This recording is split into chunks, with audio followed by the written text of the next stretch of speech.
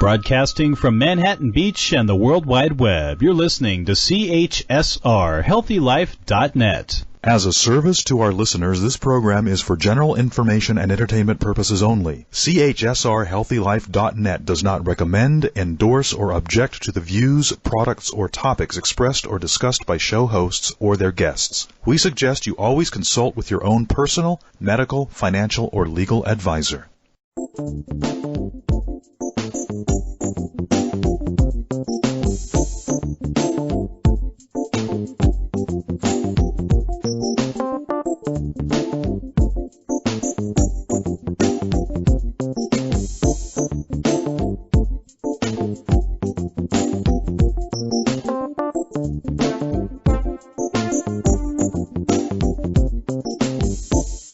Welcome to Centerpoint. I'm your host, Dr. Ron Anbar. In this show, we will discuss ways that we can journey to our own centers. This can help us access our inner resources to improve our physical abilities and health, our mental strength, our emotional well-being, and our spirituality. And today, I'm very pleased to introduce you to a very special guest, Pilar Castro-Kiltz. Hello, Pilar. Hello. Thanks for having me. Thank you so much for joining us. Now, I met Pilar, I believe it was 17 or 18 years ago. I think we knew each other for maybe a month or two.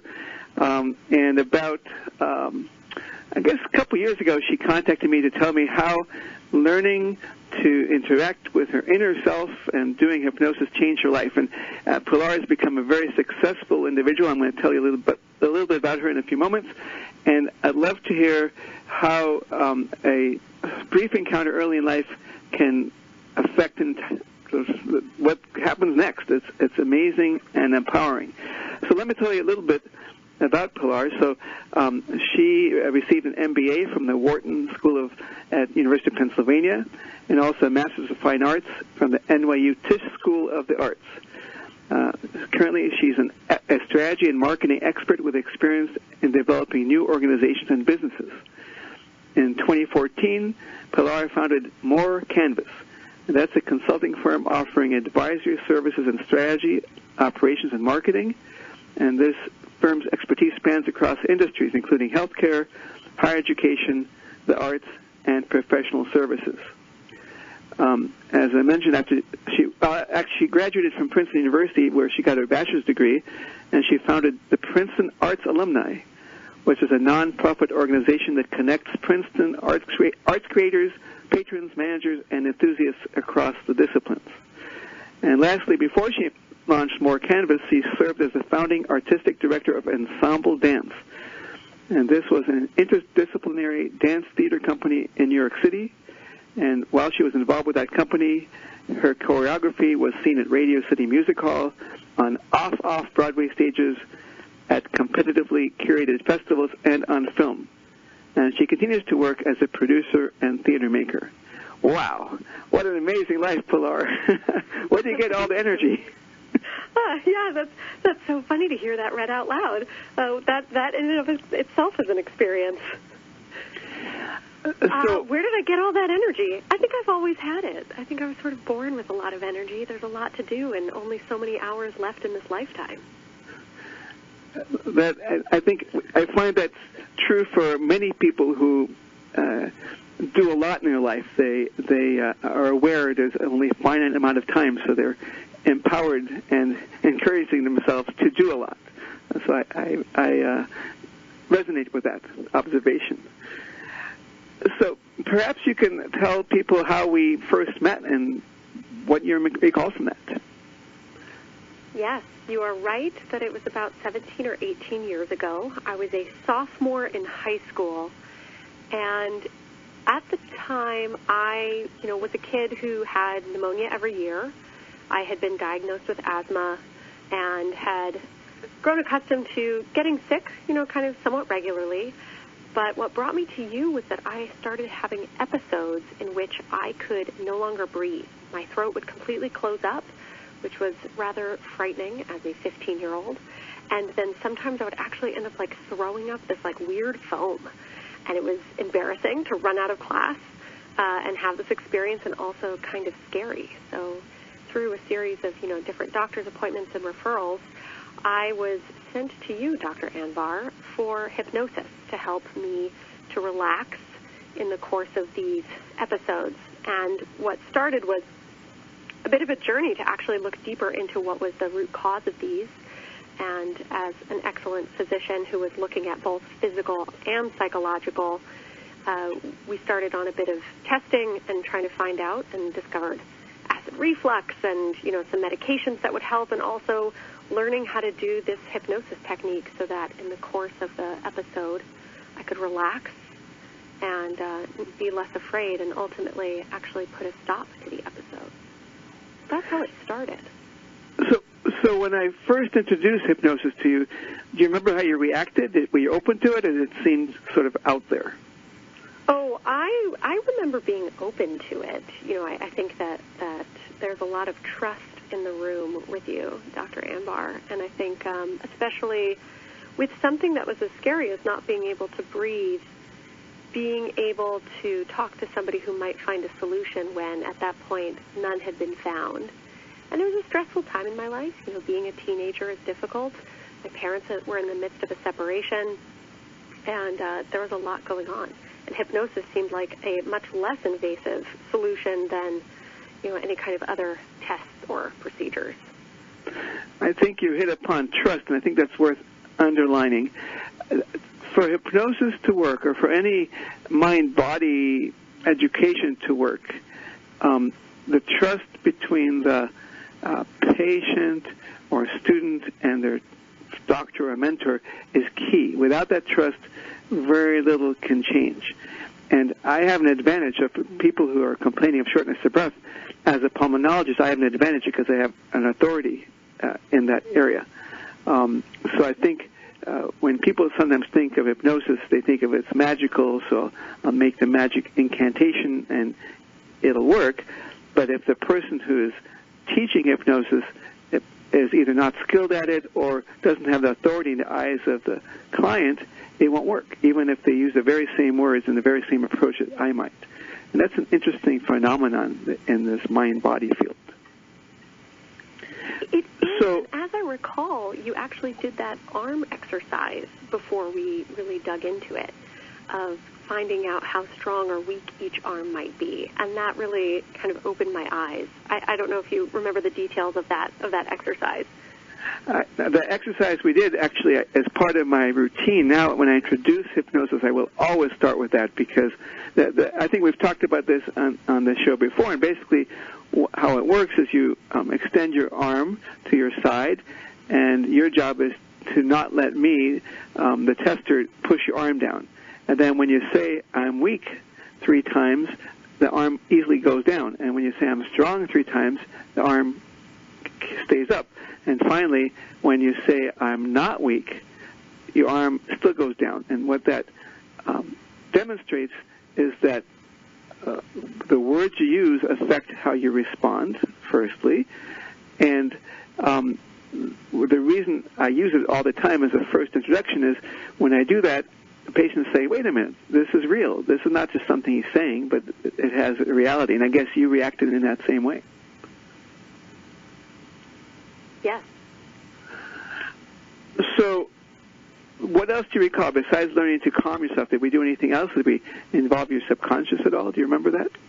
Yes, we did. I recall it wasn't the first session, but in one of the subsequent sessions, we did speak to my subconscious. And,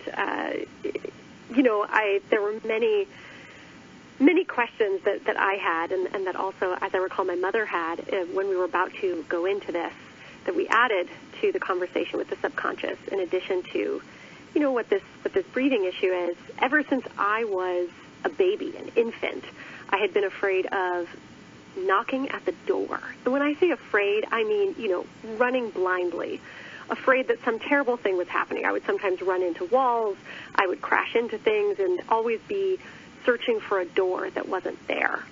And so in the course of the subconscious conversation, I wanted to ask about that, if there was some root cause to why I was always so afraid of knocking at a door, which seems like such an innocuous thing. And I've also always done sleep talking and sleepwalking. so that was another question that we had for my subconscious of why do I always do so much sleep talking? And it made me so tired. So could we maybe put an end to it? And some interesting insights came from the conversation. Can you explain how you talk to your subconscious? What's the mechanism? Yes, and I actually do remember this vividly, which is shocking how long ago it was, and it's also shocking how quickly time goes by.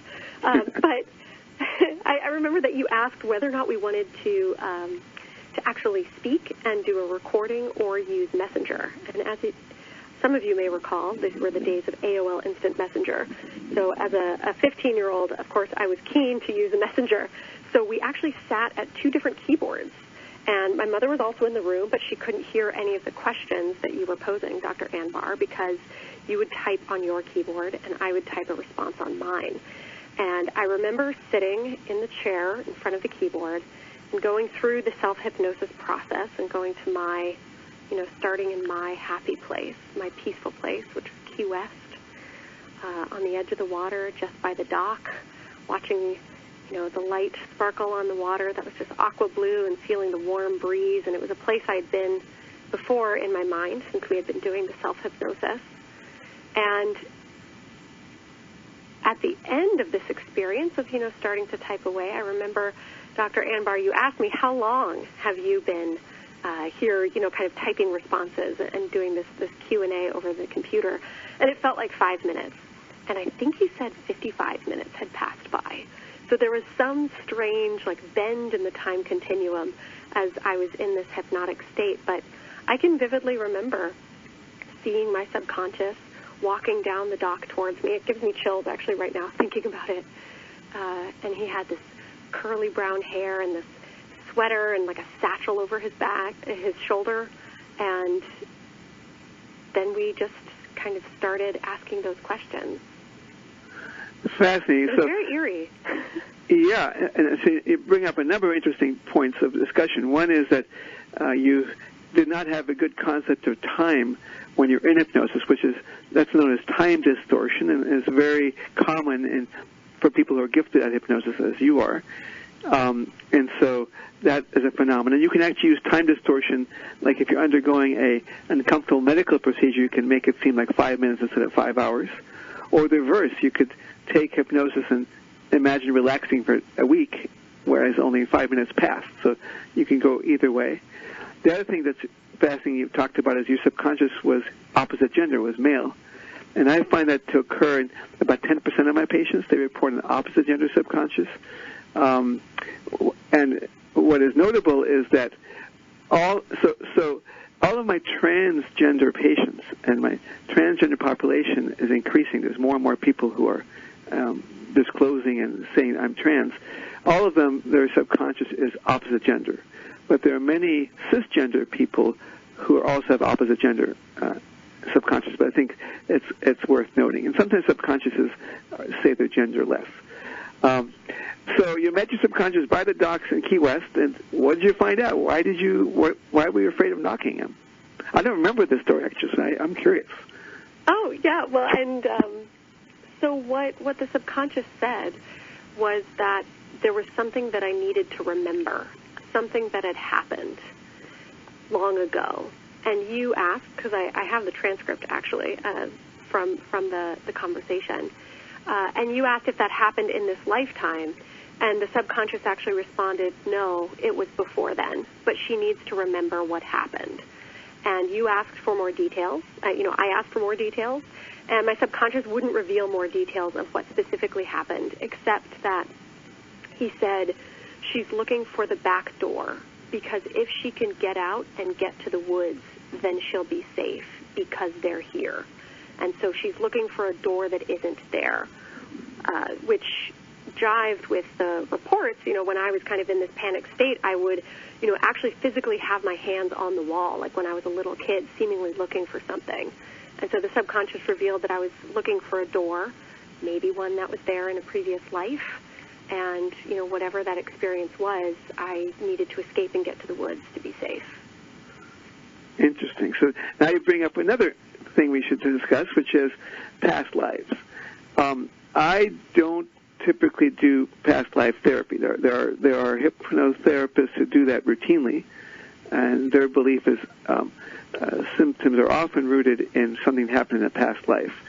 I don't do that routinely because I don't know if this is true, and it could just be a metaphor that helps people heal, and I don't want to add that to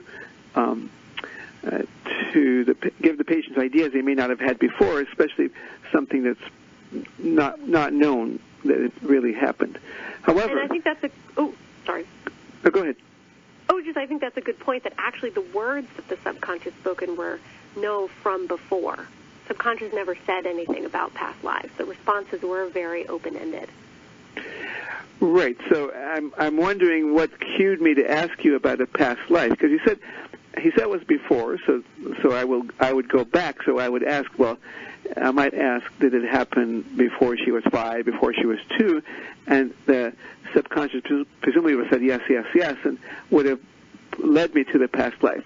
One of the gifts I have that I've discovered over the years, Pilar, is that I sense people. I don't quite understand. I mean, I know it's on a subconscious level, but I sort of get an idea, and somehow I know just the right question to ask, even though there's no logical reason I should know the question. But I happen to ask the right question. So in your case, and again, I don't remember the specific details, I'm embarrassed to say, but it's been 18 years, that something triggered me to ask that question, and the subconscious said yes. So how did we resolve? So what happened once we knew something had happened that you were trying to escape in the past life? What was the therapy that we did? It was just about even being aware of it. Having some kind of answer, I think, created a little bit of ease of knowing, okay, when someone knocks, let me remember this is not a present danger, but maybe a memory of a danger in the past. And even just hearing that from the subconscious was helpful for me. I will admit that I still would sometimes jump and scream a little bit in the moment of it happening, but there was a very different awareness of what was happening. And also part of the therapy was doing regular relaxation and trying to be in touch with my subconscious, but also that deeper level of relaxation. Because part of what came out in the question about why I did sleep talking and sleepwalking was my subconscious said that's the time when we do our work, when I prepare her for what's coming. And even just that concept of in my sleep, there is this deeper touchstone that some part of me is accessing, created just like a greater level of relaxation in my life and ease during what was, the tumultuous years of teenagedom.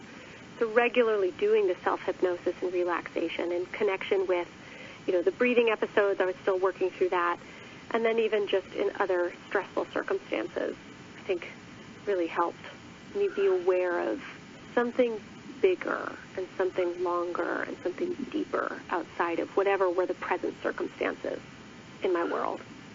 Right.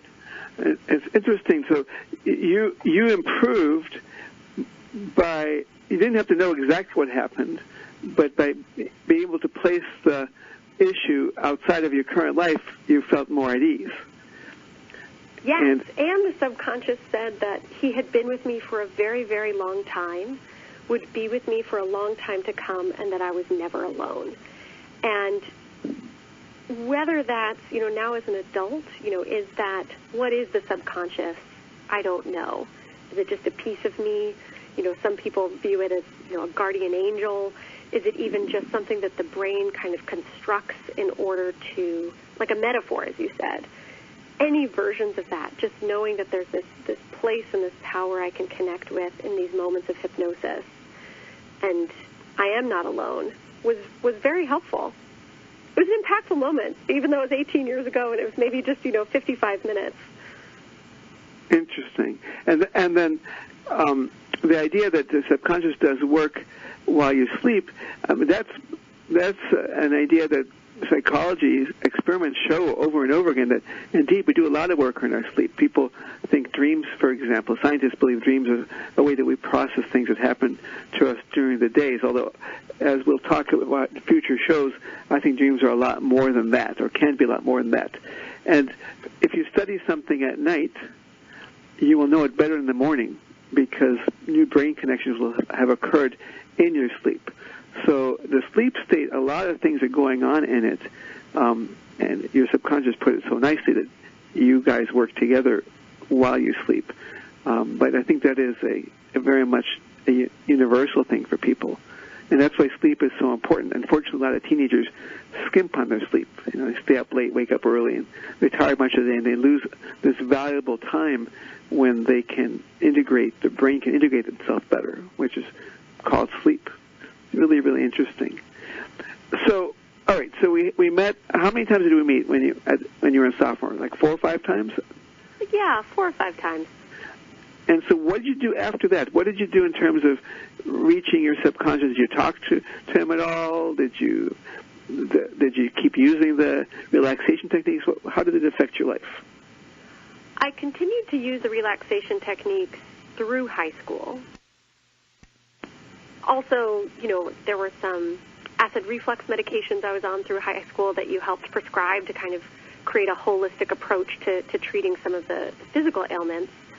I'm sorry to say that, probably when I went to college, I kind of lost touch with the regular practice of self-hypnosis, and, kind of life got away.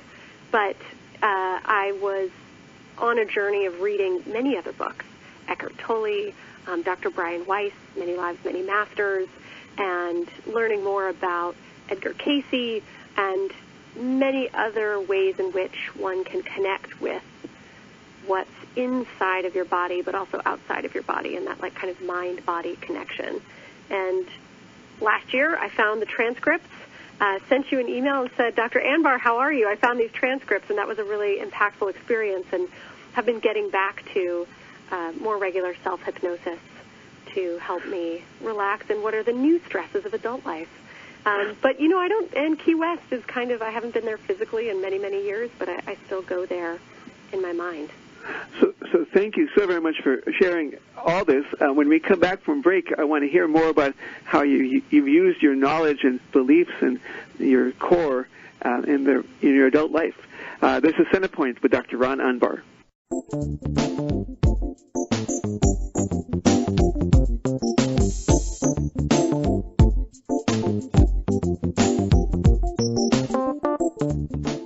Healing and changing children's lives with hypnosis is very real and very possible. Dr. Ron Ambar's new book, Changing Children's Lives with Hypnosis, provides you meaningful stories and expert explanations to show you not only the process of hypnosis, but its many benefits for overall wellness.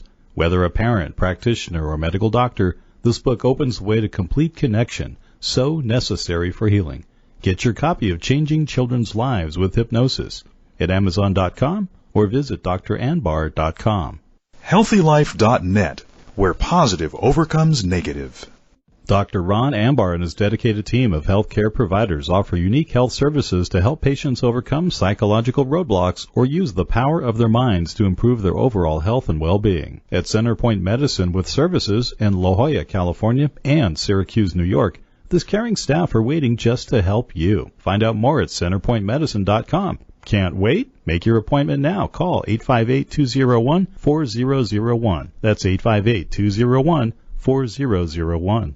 Audiobooks gives you instant access to over 50,000 of the best sellers and hottest book titles in romance, mystery, fiction, and many other genres. Just visit HealthyLife.net's advertiser page and click on Audiobooks to get started.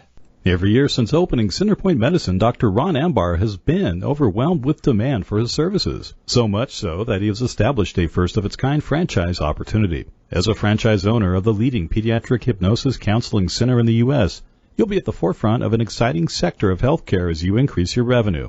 With low overhead and full support, it's your time to take advantage of this franchise opportunity.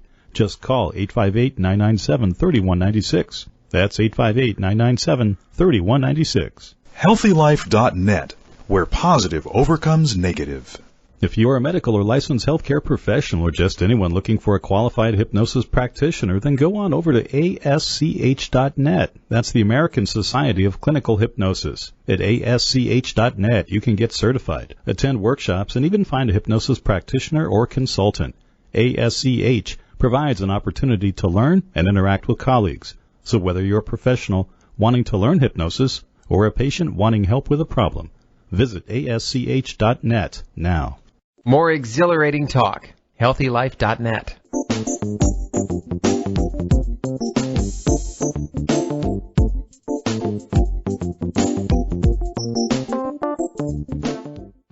Welcome back to Center Point. I'm your host, Dr. Ron Anbar, interviewing a very special guest, Pilar Castro-Kiltz, who's shared with us how she used hypnosis and her subconscious in her high school years. And right now, we're moving forward into talking about her adult life. We learned that in college she's kind of stopped doing the hypnosis regularly. I've always been curious, Pilar, so I teach teenagers about their abilities that they can do with mind-body techniques and hypnosis and the subconscious. And most of them have a similar experience as you, like it fades out. Why do you think that is? Because there's such resources from within. Why don't people keep going back to that source? I think it's easy for the ego to get in the way, or if you want to call it the ego, or just, the day-to-day stressors, those accomplishments, those achievements, those check boxes that we have to hit. And especially from that, teenage years into early adulthood, there's so much change and so fast. And so much adaptation has to happen that I think it's very easy to get distracted by the physical around us, the here and now and the tomorrow. I think that's part of it. I think that as I think back to my experiences, regular self-hypnosis, actually going through the steps and the methods that you taught, fell away, but not because I had lost touch with what was deeper, almost that I became more in touch with it throughout other aspects of my life. I think I learned to trust my intuition, trust my dreams, trust those feelings a bit more through the experience of self-hypnosis. I think of when I was a choreographer and director making theater on the regular. I had this vision. I would be standing in the room. I'd have dancers and actors in front of me, and their bodies were moving in space, and there would just be this moment of quiet when I could let my inner eye see what needed to happen next in the piece as I was crafting the words, the music, the movement of this piece of theater. And although I wouldn't have called it self-hypnosis, I didn't go through all the steps, there was a way in which I was tapping into that flow state that I'm not sure I would have been able to do it if I hadn't learned in my teenage years this technique of self-hypnosis. It's interesting how you describe that, because indeed sometimes for example, I teach patients to use a relaxation trigger to calm themselves during stressful situations. But after they do it for a while, they learn how to calm themselves without using the trigger. Just the body naturally does so. Maybe you went through that process. I think so. It's very interesting. So now you're aware, you have better awareness than most people of the resources from within. And as you move forward in life and became a mentor to others, do you ever talk about it to other people? What do you tell them? That's a great question. I'm not sure that I've felt so comfortable speaking about this. Doing this interview is even kind of a step out. I've felt that much of this realm was very personal, very interior.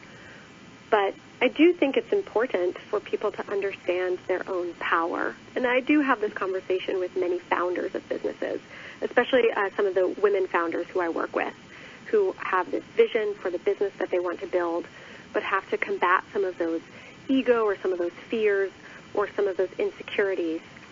And I do think that threaded through those conversations, it is about remembering there is a powerful core inside of you, and you need to pay attention to that. And now that we're having this conversation, I think I might need to thread this into more of my mentorship work of really reminding people to tap into this mind-body connection beyond just the learn Excel, put together a good meeting agenda, have good presentation skills, and those more tangible skills. Because I would have thought you'd do that more. I suspect you do it more than you realize. I mean, as a choreographer, you must have shared some of that with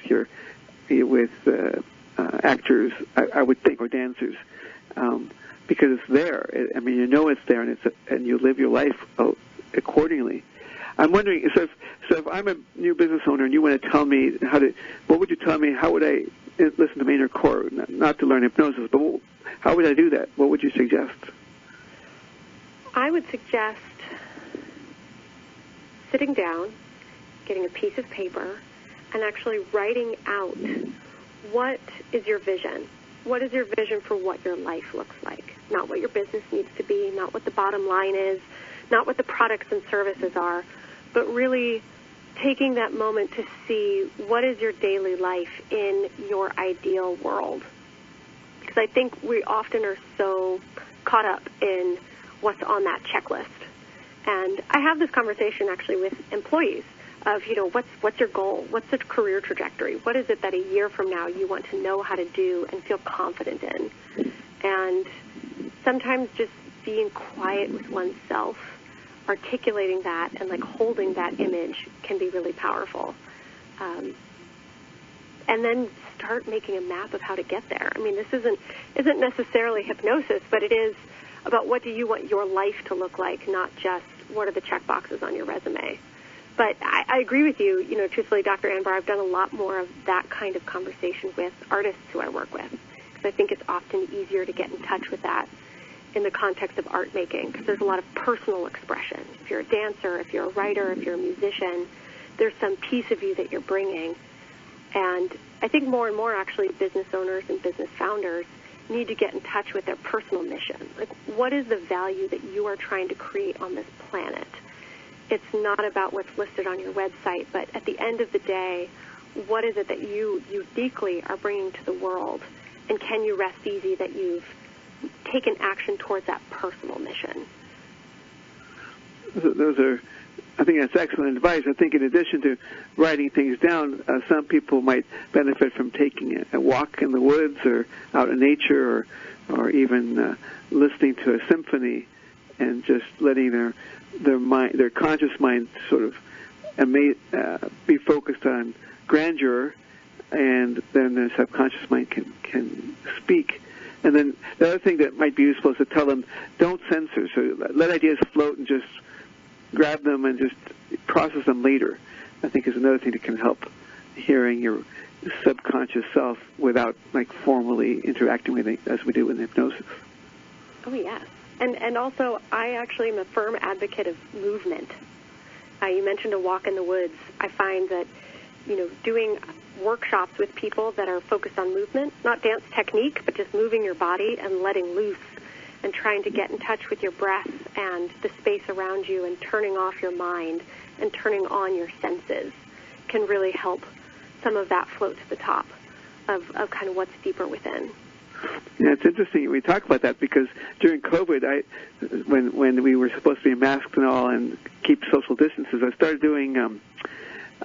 doing walking therapy outdoors. We'd walk and talk, and I felt like sometimes the patients were better able to express themselves because of walking. So I guess some people pace as they think about things.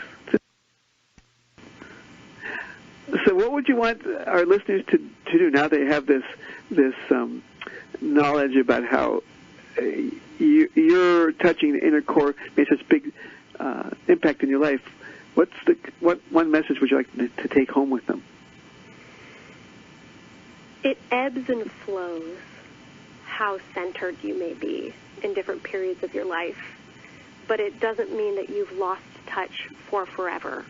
And in different phases of life, you may need a bit of a different technique to get there, but the path is still leading to a place that can bring a greater sense of calm and purpose and meaning to one's life. That's beautiful, and I would add to that, so be patient with yourself. Be kind and patient, and things will flow in the right direction. Yes, it's something I struggle with and work on. Pilar, it's so nice to touch base with you again and get to know you as an adult. And you're obviously been successful. I'm sure you'll be building on this for the rest of your life, and I wish you many years of happiness and joy and contributing to this world as you've already been doing. Thank you so much for joining us today. This is Center Point with Dr. Ron Anbar.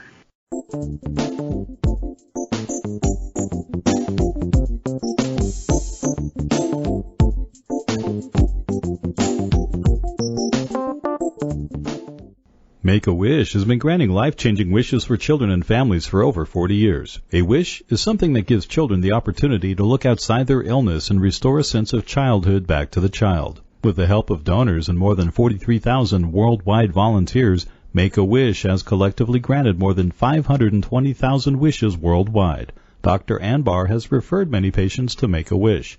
To make a donation, go to worldwish.org. That's worldwish.org. HealthyLife.net, the Positive Radio Network. Healing and changing children's lives with hypnosis is very real and very possible. Dr. Ron Ambar's new book, Changing Children's Lives with Hypnosis, provides you meaningful stories and expert explanations to show you not only the process of hypnosis, but its many benefits for overall wellness. Whether a parent, practitioner, or medical doctor, this book opens the way to complete connection, so necessary for healing. Get your copy of Changing Children's Lives with Hypnosis at Amazon.com or visit dranbar.com. Reach your health and fitness goals. Whether you want to lose weight, learn to dance, build muscle, or just live healthy, Beachbody gives you unlimited access to the nation's most popular fitness and weight loss solutions. Visit our advertiser page and click on Beachbody now. Dr. Ron Ambar and his dedicated team of healthcare providers offer unique health services to help patients overcome psychological roadblocks or use the power of their minds to improve their overall health and well-being. At Centerpoint Medicine with services in La Jolla, California and Syracuse, New York, this caring staff are waiting just to help you. Find out more at centerpointmedicine.com. Can't wait? Make your appointment now. Call 858-201-4001. That's 858-201-4001. HealthyLife.net, where positive overcomes negative. Every year since opening Centerpoint Medicine, Dr. Ron Ambar has been overwhelmed with demand for his services. So much so that he has established a first-of-its-kind franchise opportunity. As a franchise owner of the leading pediatric hypnosis counseling center in the U.S., you'll be at the forefront of an exciting sector of healthcare as you increase your revenue. With low overhead and full support, it's your time to take advantage of this franchise opportunity. Just call 858-997-3196. That's 858-997-3196. All positive talk with a mature edge. HealthyLife.net.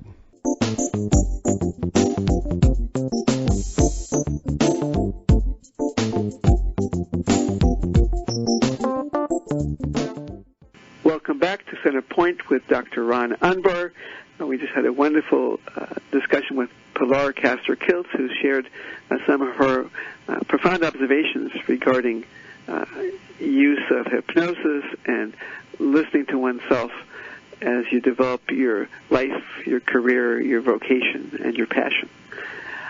So in this segment, I typically talk about a patient's story, and I remember this one young lady. Her name was Emily, and she came to see me because she kept fainting at school. And this has happened multiple times. He had seen her physician and seen a neurologist, and they couldn't find a physical cause, and turned to me. And I said, fainting in school without a physical cause, it's probably psychological and probably would go away with hypnosis. There's such a thing as called functional neurological disorders. So those are neurological symptoms that have no physical cause, and those respond to hypnosis. So examples of that are people who have what appears to be seizures that are not seizures, or they might have tremors, or they can't walk, all these neurological things, and all of those examples can resolve with hypnosis. Sometimes you need to know what the cause is. For example, in Pilar's case, the cause of her panic was she said something in a past life, but sometimes the The symptom can be something that occurred in this life, including if you had a traumatic event earlier in life, or somebody's abusing you. Typically, by the way, when you have a functional symptom, there's something significant that's really bothering you. This doesn't happen because somebody yelled at you once. Unless it was somebody in high authority, the Pope said something bad to you, you might have a neurological response. Anyway, so I explained this to Emily. I told her I could teach her hypnosis, and then you should get better pretty quick. She said, I don't think so. I don't know if I really want to do that. Now, if I'd been early on in my hypnosis career, I would have said, well, let's just do it anyway. What can it hurt? And that's true. Hypnosis, there's nothing bad about it unless you use it for bad on purpose. And I should say, like, in terms of how hypnosis can be used for bad, it's like if you have two hands, you can build things with them or you can tear things down. So with your thoughts, you can build or tear down. But I don't teach the tear down. Early on in the career, I'd say, let's just do it. But then it likely would not have worked. Why? Because, as you know, all hypnosis is self-hypnosis. So if the patient wasn't interested in doing it, it would not work. And I'm convinced that if I told Emily, hey, let's just do it now, she would have come back and said, I'm still fainting. But this was later in my career, and I said, well, if you're not sure, come back when you're ready. Now, notice I didn't say come back if you're ready, but when you're ready. Why? Because that was a little suggestion that she'll be ready at some point. So she came back 3 days later. Back so soon, I said, why are you ready back? Well, I fainted again. I thought about what you said, and I wanted to learn how to help myself. So I taught her how to calm herself. I taught her how to trigger a relaxation response, and that was it. Her fainting stopped very quickly. This is an illustration of why it's so important that you let the patient guide you, that hypnosis isn't forced on people, and that the patient's intention is key to healing. Now, intention is really, really a vital thing to understand. What we intend affects how we respond. And an example of that is the placebo response. Now, many of you have heard of placebo, and people often think, well, placebo is like a fake sugar pill that doesn't do anything, and then the people get better. They're not really getting better, but they think they're getting better, and that's how it works. But that's not the case. First of all, placebo doesn't always involve a pill. It involves a suggestion that a patient might improve or will improve. Okay? Now, if you're giving a pill, the suggestion is the pill will help you improve. But you can just say, climbing a tree will help you improve. That could also have a placebo effect. Now, in order for a placebo to have effect, you would think that the person needs to believe in the effect, and this is true. But the belief can stem from the fact that clinician has an authority, or it's a trusted friend who's telling you that. Now, the next thing you need to understand is the placebo effect is very real. When patients improve with placebo, it's not just they think they've improved.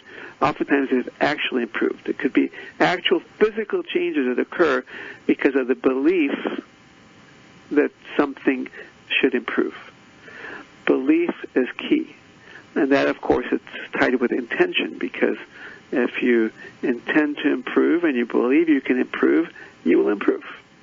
I met a patient earlier today who came with some anxiety and overeating, and I told him, I am confident that if you want to improve, you will improve. I should have said when you want to improve.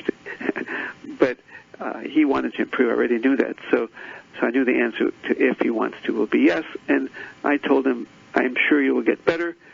I don't know if it'll take a few visits or a few months, but you'll get there. Or maybe it'll just take one visit. Sometimes you see improvement right away.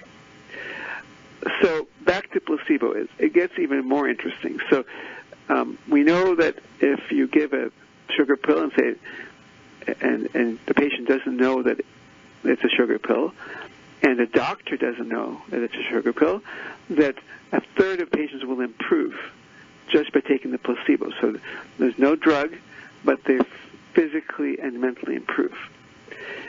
But what's even curiouser is this. If you take a patient with irritable bowel syndrome or ADHD or depression and tell them, hey, I'm going to give you a placebo. This is a fake drug. There's nothing in it. But it helps people feel better. And you give it to them. And they take it. They get better. So I'm going to say it again. The patient is told that they're giving something fake, and they still improve. How does that work? How does the patient believe this drug or this fake drug will help them get better when we told them it's fake? And the answer is, you also told them it will get them better. Remember, placebo is about belief, not the pill. So they believe they're going to get better because you told them they're going to get better with this fake drug. Funny, huh? And when patients get better like that, start understanding how powerful their mind is. And by the way, if you're not aware of this phenomenon I'm just describing, you can, as a clinician, you might be doing a nocebo effect. You might say, well, I'm not quite sure this will work for you. And once you said that, the patient is less likely to improve because they don't believe in the therapy, and therefore their intention to improve decreases. So, intention and belief are key to the success of therapy, regardless of what therapy you use, including fake drugs. That's an amazing understanding that I only gained a few years ago, and I'm hoping it surprises and encourages many of the listeners to this program. This is Centerpoint with Dr. Ron Unbar.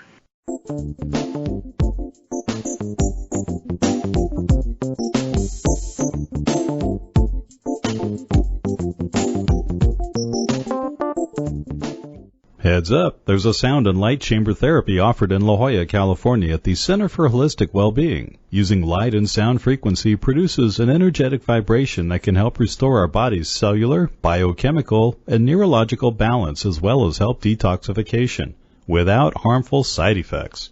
For more info, visit centerforholisticwellbeing.com. Better yet, schedule an appointment. Call 858-215-5489. That's 858-215-5489. HealthyLife.net, the positive radio network. Every year since opening Centerpoint Medicine, Dr. Ron Ambar has been overwhelmed with demand for his services. So much so that he has established a first-of-its-kind franchise opportunity. As a franchise owner of the leading pediatric hypnosis counseling center in the U.S., you'll be at the forefront of an exciting sector of healthcare as you increase your revenue. With low overhead and full support, it's your time to take advantage of this franchise opportunity. Just call 858-997-3196. That's 858-997-3196. Get high-quality glasses, sunglasses, and prescription lenses at eyeglasses.com. Choose from over 250,000 items and 400 brands. Already have frames? Get replacement lenses. It's easy. Go to our advertiser page and click eyeglasses.com. If you are a medical or licensed healthcare professional or just anyone looking for a qualified hypnosis practitioner, then go on over to ASCH.net. That's the American Society of Clinical Hypnosis. At ASCH.net, you can get certified, attend workshops, and even find a hypnosis practitioner or consultant. ASCH provides an opportunity to learn and interact with colleagues. So whether you're a professional wanting to learn hypnosis or a patient wanting help with a problem, visit ASCH.net now. Uplifting Talk. HealthyLife.net.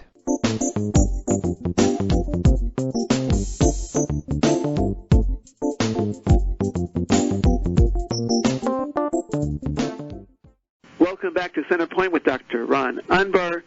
We've had a very interesting day today, hearing from Pilar Castor-Kiltz about how hypnosis and subconscious helped change her life, and then talking about the importance of belief and intention in getting people to improve their health both physical and mental. So in this last segment, we always talk about what can you do to help yourself or your loved one. What can we learn? So let's talk further about intention and how you can change intentionality and belief in your own family.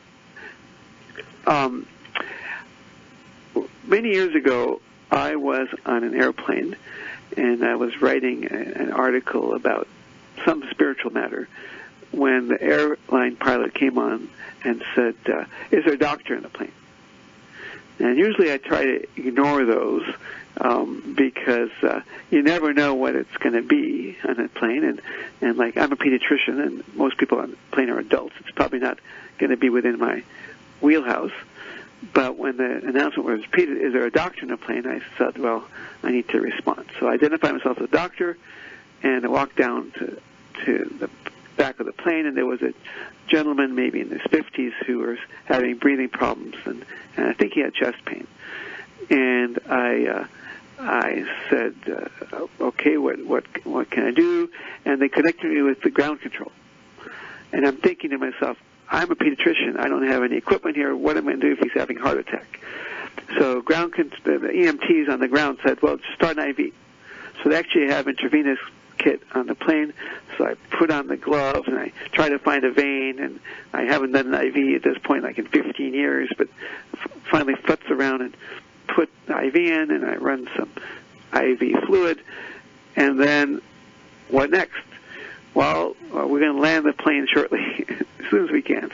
Keep them calm. And I'm thinking, this is minimal therapy. But then I realized that my presence there was calming. A doctor was taking care of a patient. I put my hand on his forearm, and I said, you'll be okay. We're going to get you help soon. And his breathing slowed, and he felt less sweaty, and he calmed down. And I realized that one of the tools that we don't talk a lot about in medicine is that presence of the clinician is healing and therapeutic in its own right, beyond any medication. And to finish that story, we finally landed. I remember I was still in the aisle when the plane landed, and there's a lot of force, because I wasn't seatbelted, a lot of force as the plane comes to the grounding halt. And then the EMTs came and took him off the plane. I don't know what happened next, but he was stable when he left the plane. So that was the time I learned how important presence is in setting up belief that you're going to be okay. And this is what you can do easily with a family member. You can be present. If you're a parent dealing with a child and the child is upset, your presence is calming. When a child injures themselves and comes to mom or dad and the wound is kissed, they feel all better. How does a kiss work?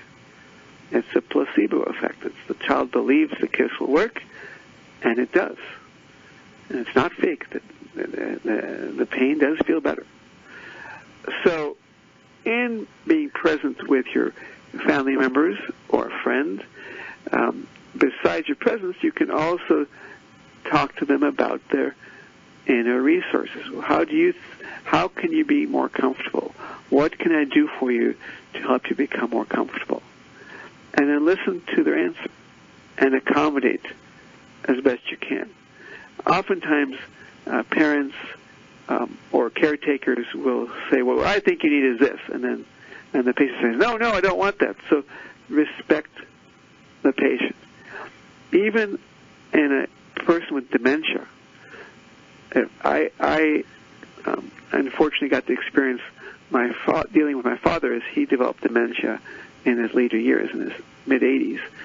And when it first happened, and I didn't know much about dementia, he would say unrealistic things, and I'd say, no, that's not right, Dad. That's pretend, or that's not reality. And he'd become very agitated. And I learned that to join the patient, I actually do this always with therapy, including with patients who are in dementia. So if he thought the world was flat, then okay, the world is flat. Let's take a walk. Let's imagine walking on the flat world. I remember one time he called me and he said, tell them to take me home. Tell who? The A's. Tell them to take me home. I said, okay, where are you? I'm home. I don't understand what you want me to do. Tell them to take me home. Dad, this conversation makes no sense. Maybe we should stop it. And he got angry. Tell them to take me home. So finally I said, okay, I'll tell them. He says, great. Then he says, when? And I said, I don't know. When do you want it? Don't play games with me, he said. I said, okay, tomorrow. He said, great. And then he was happy. But tomorrow he'd forgotten about it. The point is that I was able to calm him just by joining him. And I guess I kind of lied, but because he wasn't in reality, it was okay to not tell the truth because there is no truth that he would accept. So when you're working with a family member, be it a very elderly person or a young child, and if a young child's afraid of monsters, don't tell them it's not a monster, it's not real. That doesn't help. For them, monsters are very real. So work on the monster spray, or look under the bed, check everywhere to make sure there's no monster there. Join the person, and by so doing, they're going to increase their belief in you. When you respond to your family member, to your loved one, to your friend, in a way that you're accepting of them, then they trust you more. And then you can be even more effective as a friend or family member or a loved one. That is such a key thing. We talked before about how people need to be patient with themselves. For example, when their connection with the inner self ebbs and flows. But we also need to be patient with each other. Many parents of young teenagers are impatient. The teenager misbehaves and over and over again. The parent becomes very angry and frustrated. And I say, hey, be patient. Do you remember when your child was 2 years old and just learned how to walk? They would fall, get up and walk again, trip, get up and walk again. It was a process. It took a number of weeks or months to learn to walk. Your teenager's doing the same thing. They're misbehaving, and get up again, learn how to behave, and misbehave again. That's a process. Be patient. And to the young adults who are just going out into the world and building relationships and breaking up with their girlfriends or boyfriends and mismatching to a job, be patient. It's part of the learning process. When we work with each other, when we work with ourselves, we should be patient. And I'm just finished writing a blog about our political dysfunction in this country. And I'm saying one of the things we need to learn as a country is to be patient with ourselves. If somebody has an opposing political opinion, don't get angry. Don't shut them down. Be patient. Listen. Respect. Talk to each other. This is how we can best support each other in all areas of life, in health, in mental well-being, in politics, in career, and art, anywhere you go. Help each other. Be present. Be supportive. Join the person where they're at, and be patient. I'm looking forward to next week's show with Dr. Christine Sullivan, who has some wonderful ideas about metaphors that you can help yourself with. This is Dr. Ron Anbar with Centerpoint.